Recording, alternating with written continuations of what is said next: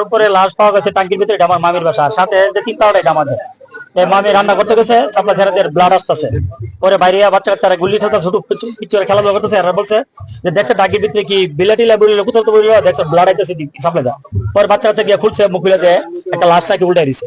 পরে প্রশাসনকে ফোন হয়েছে, নক করেছে, প্রশাসন আসছে, আইসা এখন লাশ নামাইছে। এখন আমাদের কেউ পরিচিত না, আমরা কেউ চিনতে পারতেছি, সবাই দেখছে আমরা চিনতে পারতেছি না। কিন্তু এটা কতক্ষণ আগে 1 ঘন্টা অনেক কাজ হইব, আমি পানি বুড়াইতেছি গুছু গরম, চাইদি লাল পানি বাইরে বালতি বুড়া বুড়া ফালাই পানি বাইরে লাল পানি। এরপর আমার সন্ধ্যা লেগে গেছে গা, আমি কই বলে বিলাইছিলে মেরে ফালাই লাগছে না কি, পানিটা গন্ধ লাগতেছে।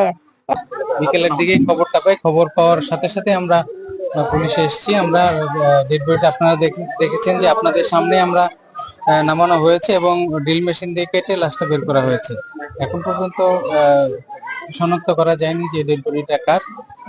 আমরা শনাক্তের জন্য পিবিআই এবং সিআইডি কে খবর দিয়েছি এবং আমরাও সাথে সাথে চেষ্টা করছি এবং তদন্ত কাজ আমাদের অব্যাহত আছে এবং পরবর্তী আইনগত ব্যবস্থা আমরা নিচ্ছি। কোনো অগ্রগতি থাকলে আপনাদের অবহিত করব।